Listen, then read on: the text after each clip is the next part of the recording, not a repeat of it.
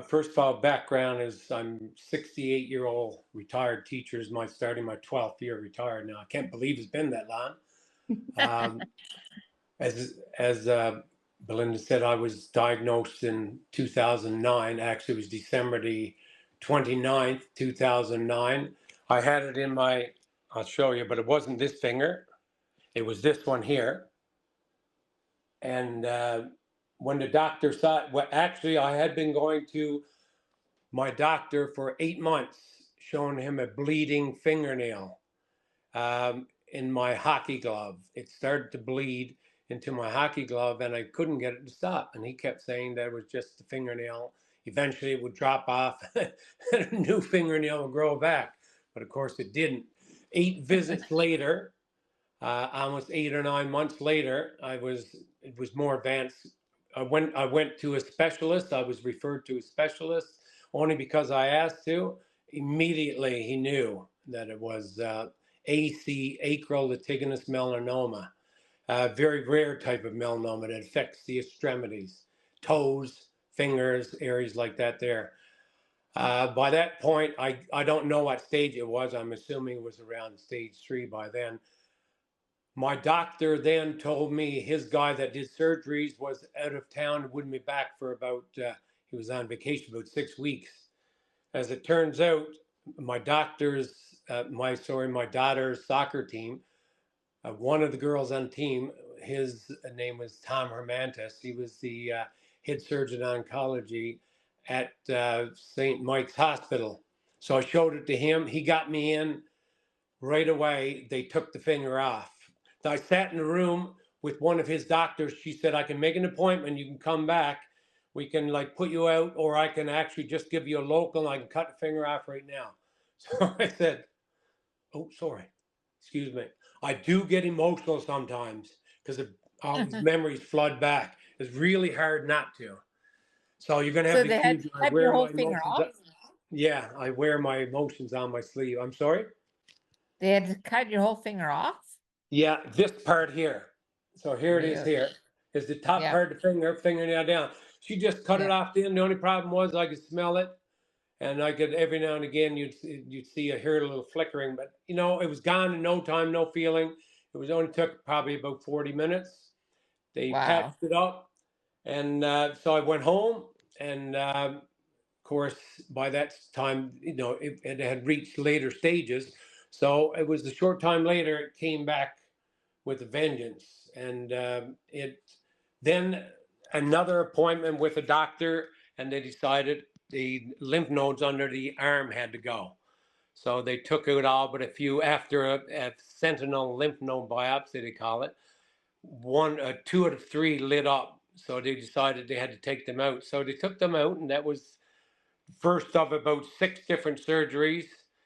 To go through, put it in a nutshell, I had, I think, 6 or 7 surgeries. It even metastasized to my left lung. First surgery there was they took off 10% of the left lung. And my doctor said, hopefully now we got it all. 6 months later, it came back with a vengeance. When they called me and my left lung was full, all the lymph nodes in my throat was full. So they said, we only have one option left, and that's a clinical trial at Princess Margaret in Toronto. So I went to Princess Margaret, and my doctor, David Hogue, said, I'm not going to, lie to you. He said, I just got off the phone with my colleagues from all over the world, and it doesn't work. I'm going to be honest, it doesn't work for your type of melanoma. And he said, but we don't have anything else to offer you. Lo and behold, we started the treatments. About 3 months later, they called me in, and I had my CT scan, called me in, and he said, I can't believe it. It's actually shrinking, the tumors. About another 3 months, called me in. He said, the tumors are getting smaller. After 9 months, called me in, and he said, there's nothing. Sorry. Wow. There's nothing left in the body to treat. He said, we can't find it. If it is, it's microscopic. So then he said, now it's just follow-up. And so I started going back. That was, by that point then, I was after going through from 2009 to 2016 is when they gave me the diagnosis. It was inoperable and terminal. And that's when he started on this clinical trial, immunotherapy. I'm sure you've all heard of that. So, and there was two types of drug, ipilimumab and nivolumab, and that's what did it. And anyway, they said then there was nothing left to treat, so I just started going back every year for follow-up. I went back year after year for follow-up. 2 years ago, June 7th, okay, 2 years ago, June 7th, that was 2023, June 7th, they called me in. God, it's so hard not to get emotional. And one of my doctors, who would become like my daughter, she was there and she had tears in her eyes. And she said, I'm emotionally invested in this too. And they said, we have every right to believe. They won't say it, you're cured, but they said, we have every right to believe you're cured. And I know I am. And from that point there, I've been just go back to my yearly. They even say now, you don't have to come back for any more CT scans if you want to be released. I said, no, I'd like to come back every year, year and a half, just to be sure everything is working well. And anyway, I discussed, especially with her, a number of occasions. I think it was way more than the science that worked here. Because when I was first diagnosed, it was in Newmarket, Ontario, South Lake Hospital. I had a really, really good oncologist there too. I don't remember her name right now. I probably will later. And she told me, then she was so positive also. But I used to talk to her about it like, you know, you can't let this get you down, but you don't really know until you're put in that situation. And when she told me that she said, I got to tell you this. This is before they sent me down to Princess Margaret in 2016. I've got to tell you this. I don't have a choice. She said, come over and look at the screen. She said, she showed me all the cancer, the nodules all over the place. She said, we can't operate on this. And she said, much as I hate to tell you, I generally see people with this 6 to 9 months, probably a year at the most. So basically, get your affairs in order. And she said, you can stay as long as you want. And when she left, I just found myself not thinking for a second that it was over. Not for a second. I don't even know the way of thinking. I'm just thinking, oh, I've got groceries to pick up. So I've got to go out and do my chores now. And that's what I did. And from that day on, all I did was try to find ways to be positive. And one of the ways that I found out, one thing that I found out, and it comes out in that study, Belinda, if you read it today, was visual imagery. My doctor, David Hogue, he said, I'm going to put it in layman's terms for you. When I went to Princess Margaret, just first when I got there, and when he thought it wouldn't work, he said, I'm going to put it in layman's terms for you. When we give you this immunotherapy, these two drugs, we are hoping to wake up your immune system, because right now, your immune system is not recognizing the cancer. We're hoping to wake it up. And the best way I can put it for you in layman's terms, he said, you remember the Pac-Man games they used to play in the pub? You're about my age. He said, used to play in pubs. I said, very well. We sit down, push the buttons, and Pac-Man would go around, search out and destroy. He said, exactly. That's what we're hoping to make your immune system do. But again, he said, I'm going to tell you, it's not working for your type of melanoma. And I've talked to my colleagues all over the world. So that was all right. When I always believed in visual imagery. I played soccer in university and hockey and things like that. And I always used it to my advantage to think about things before they came. And I remember looking at downhill skiers from the crazy Canucks days. And they used to always do visualizing themselves going down the hill and how they would ski. And a lot of them said this really, really helped them. So I used that. That was my big go-to for part of my positive thinking. I would lie in bed at night, just as Dr. Hogue said, close my eyes, and I would wake up Pac-Man in my body. And I would have Pac-Man going around, finding every little nodule in my body, seeking out and destroying. I did that nightly. And then I used other things, anything that I could use. And my motto was, cancer has no chance of survival in my body. Another thing I did, like I always worked out, but then I really picked it up. I really picked up my working out. I loved the mountain bike, cross-country ski, and kayak. And I went at those with a vengeance. Plus, one of my doctors told me when he did surgery that my whole left side, because there's so much work done, is going to start to droop. So he said, if you don't want your whole left side drooping, I would add weights. I always had a bit of weights, but then I added a weight room, part of it. I even got my weight room just out there now in the house there that I go and use. All of that. And every time I worked out, and I felt like $1 million after it. It's impossible for a negative thought to creep into anything I was doing. And then, lo and behold, I started to speak to other people about it too. And some people even in our melanoma group. I had one lady come on, she was stage 2, and she wanted to talk to me privately, so I talked to her. And what she talked about, she wanted to know, did I know where she could get MAID, medical assistance in dying? And I said, MAID? I said, I had stage 4. What are you going to talk about MAID for? The second you start thinking that way, it's negative.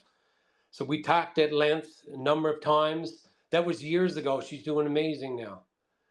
Right? Again, it was the power of positive thinking and anything that you can do to bring it in. When you think positively, you have nothing to lose and everything to gain. When you think negatively, you have everything to lose and nothing to gain. And that's another one of my mottos that I always think, if I ever have any time at all that I'm a little bit down in the way I think, but I don't. I know I'm cured. I know I'm never going to have a problem with this again. And I just want to help as many people as I can now. And so, that's in a nutshell what I went through. But there were so many times along the way that again, that my doctors, I know, were thinking, before I went to Toronto, because I had 2009 to 2016, especially when I was told that it was inoperable and terminal, that, because a couple doctors found it after, through a doctor friend of mine that has a cottage up by ours, and he said they're blown away. They can't believe that after seeing what I did, especially he worked with the surgeon, that he knew how much was in my lung. First time I ever heard of anybody going that far. That wasn't only science. There is no way on God's green earth that was only science. I invited God along for the ride. You don't have to be religious. A little, even if you're just spiritual, there's something else out there. I also strong advocate, as I said, for working out. Add working out, because when you are working out, it releases endorphin, and then it's a feel-good thing. Anything you can do to make yourself feel good. Those are the things. And again, I just found out that I was a positive thinker right from the get-go anyway. But then I made sure that I was even more of a positive thinker by doing things while I laid in bed, while I sat in my chair and saying, this is over. My body is going to kick the crap out of this cancer because it has no chance of survival the way I live my life and the way that I think. And that's the message that I give to as many people as I can. I've talked to a number of people. So I guess that's it in a nutshell. So if anybody got any questions, I'll be more than happy to answer them. So Gary, are you taking any drugs right now? Like a No. maintenance kind of thing? Nothing. Nothing. Nothing. No.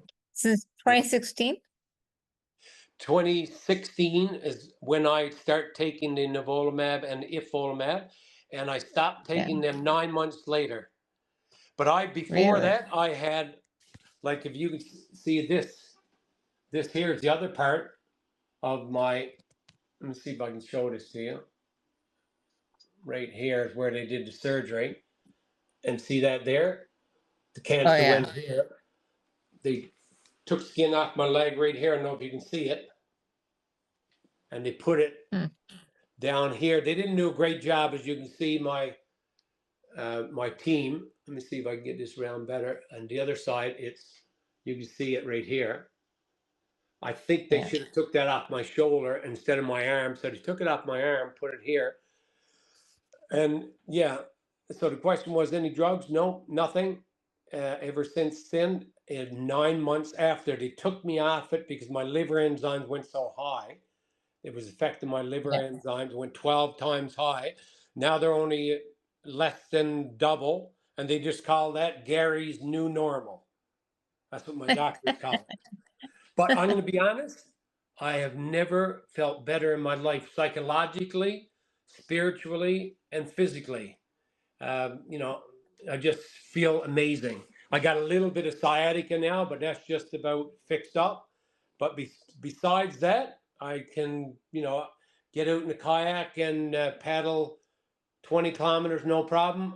I can beat my daughter, who was a NCAA soccer player, and her fiance, who was a pole vaulter, an All-American.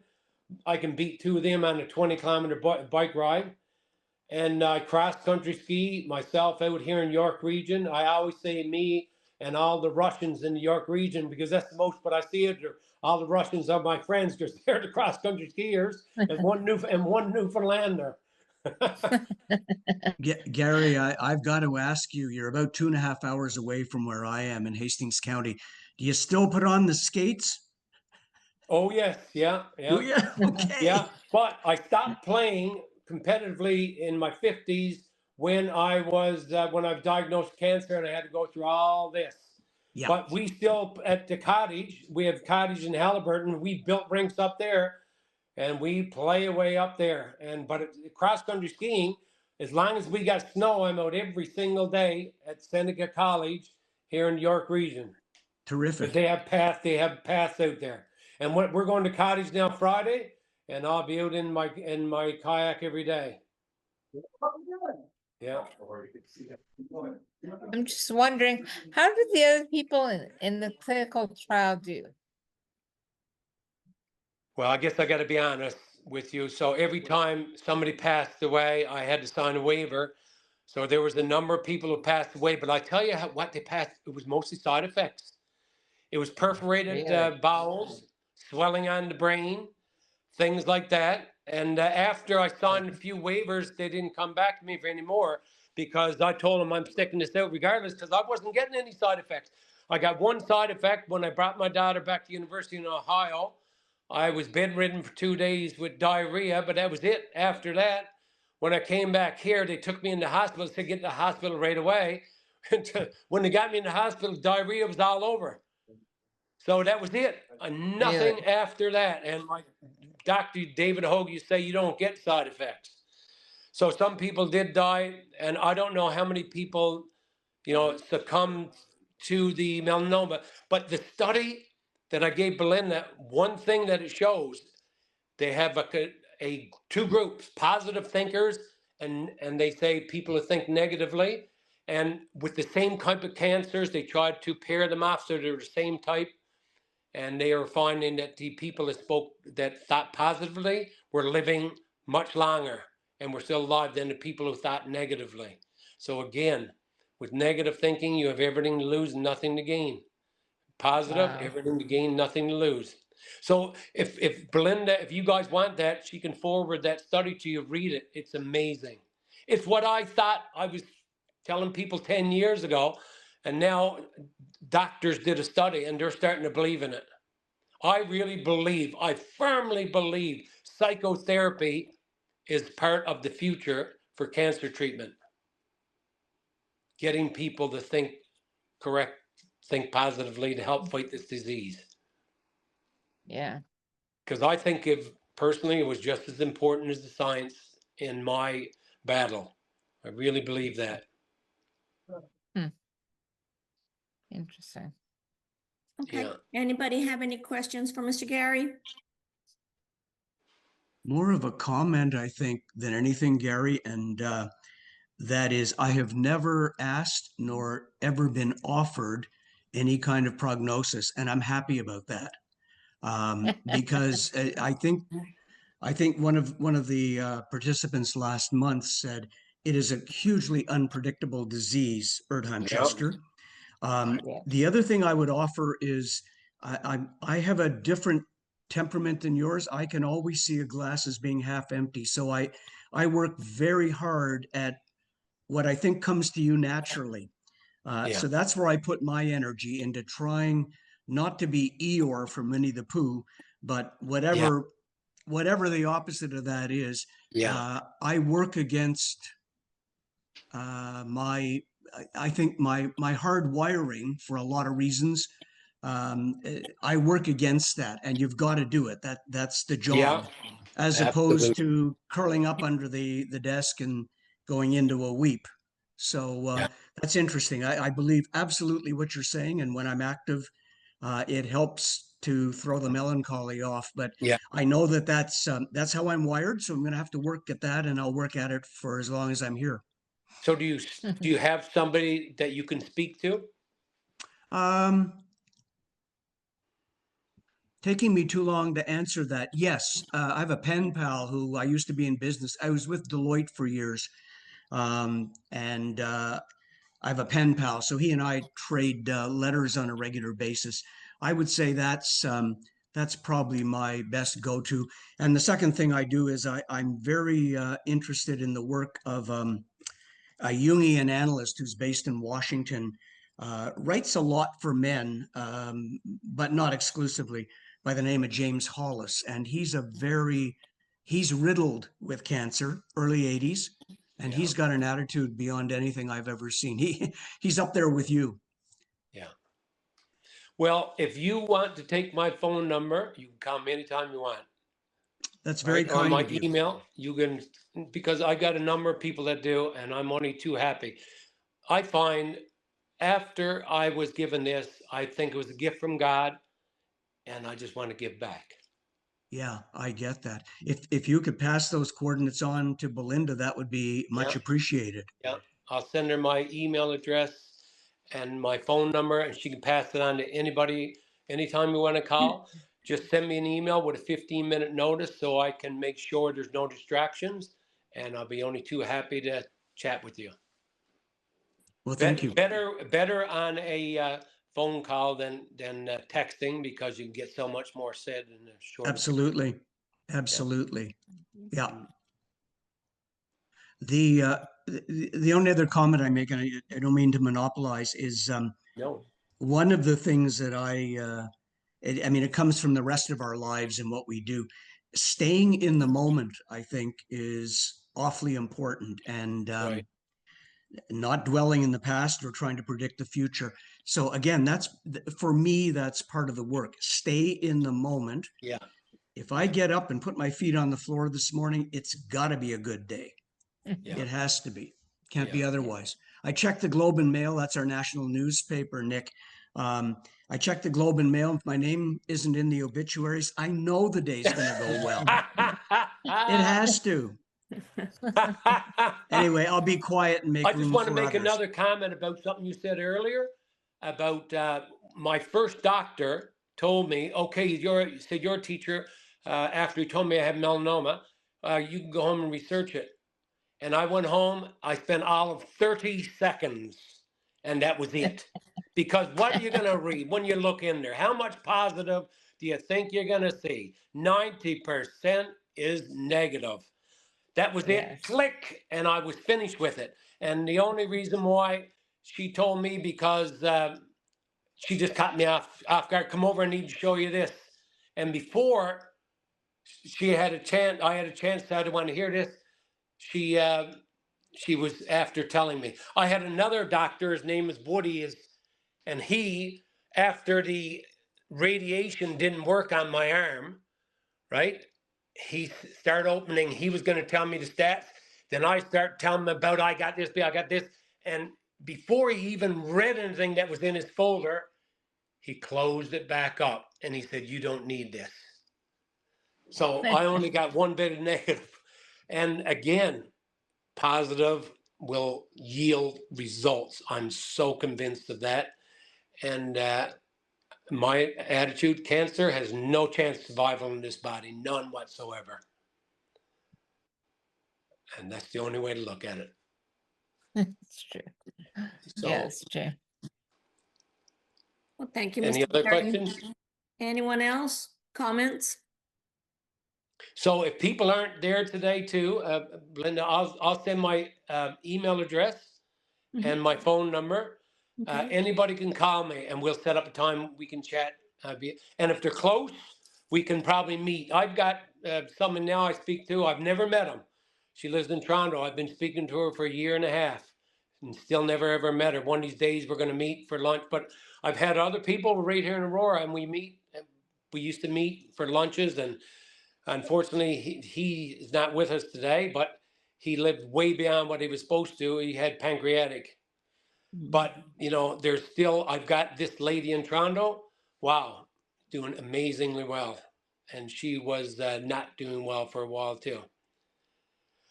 Nice. Edith, can I jump in Yes. one more time? Absolutely.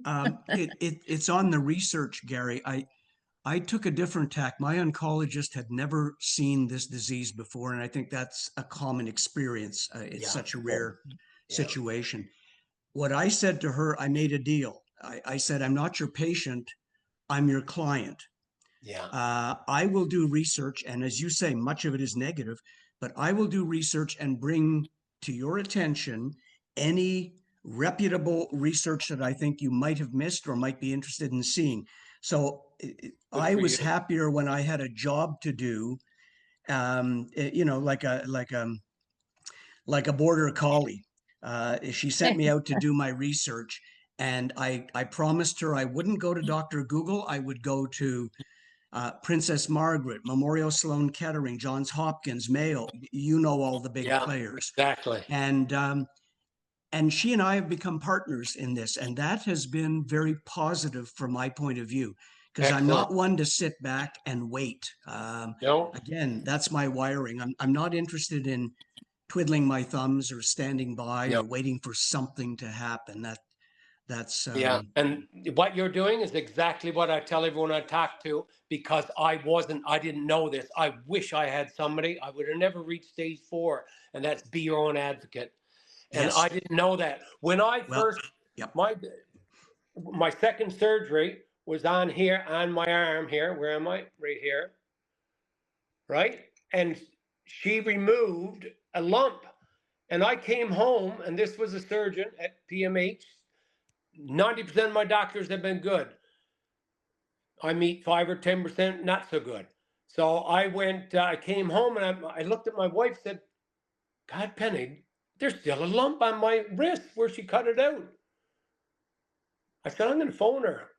So I phoned her, and she said, come in, we'll have a look at it. And went in, she said, no, that's just where I gouged it out and still swelling. So I came home to Penny, I said, I don't think so, Penny. I'm going to get an appointment as quickly as I possibly can, get my own GP. First of all, when I went to my GP, she said she still thinks the cancer is there. And then I got to see a dermatologist within days. And he said, I'm going to do a test for her. I'm going to tell you right now, she didn't get all the cancer. And no more, she didn't. And you know what? She was going on vacation, and she said she gave me to another surgeon. He was going to do it. I didn't get it done 100 days before they got it, because right to the day, I'll never forget, it was 100 days later before she came back and did the second surgery, and then didn't do even any follow-up visit with me.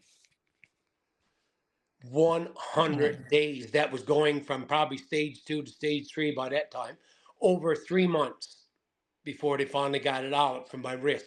And that's why they had to put this big patch on there, right? That's why they had to do the big patch, because You're right. too big of an area that they had to cover, instead of just a lump to come out. And I never forget, I was still teaching, and I went and showed the teaching, and there everybody was, used an old saying, grossed out when they look, and this lump the size of the top of my finger, it was about this big, sticking up on my wrist, still there. And it took them that long to get it. And by that time, it was just advancing. And then that's when it started going to all my lymph nodes and my lung and my throat. But can you imagine? My left lung, just imagine this. My left lung was full of cancer. My throat was full of cancer. And they didn't touch a knife to it the second time. They just used drugs and my positive thinking that killed it, that searched out and destroyed it. And my doctor told me, he said, you are now, your name will never be used, but we've gotten letters and numbers after your name in the medical journals that it worked for you. And he said, we're so happy that it did. But this goes a long way to helping us also. because they recorded everything that I work out. And they always ask me when I go in that I think positively, right? That I'm spiritual. Everything was all part of that little study, but it's not Gary Tobin. It's numbers and letters, which is fine. And I said, Dr. Hogue, use this and go out and help someone else with it now. You're right, though. It's important to be an advocate. Oh, sure. big time. Don't think somebody else is going to do it for you. I thought it was. I left it all up to my doctors. And you know something? I had nobody to talk to. I didn't even find there was any such thing as Melanoma Canada until after about, 5, 6, 7 years into my diagnosis. Didn't even know it existed. I just happened to find out about it by chance. And then I joined them.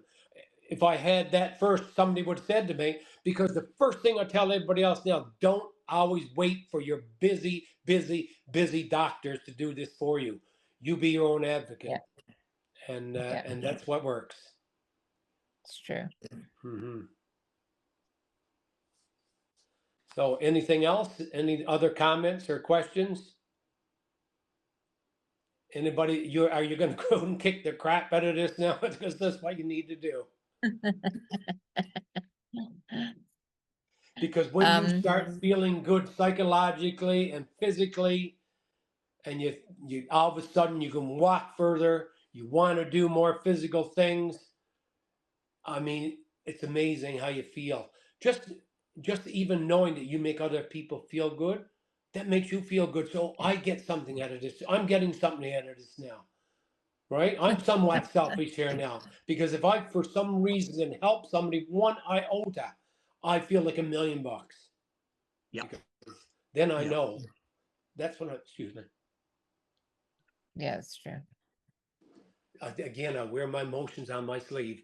Then I know that's what I'm meant to do. That's why I've been kept around.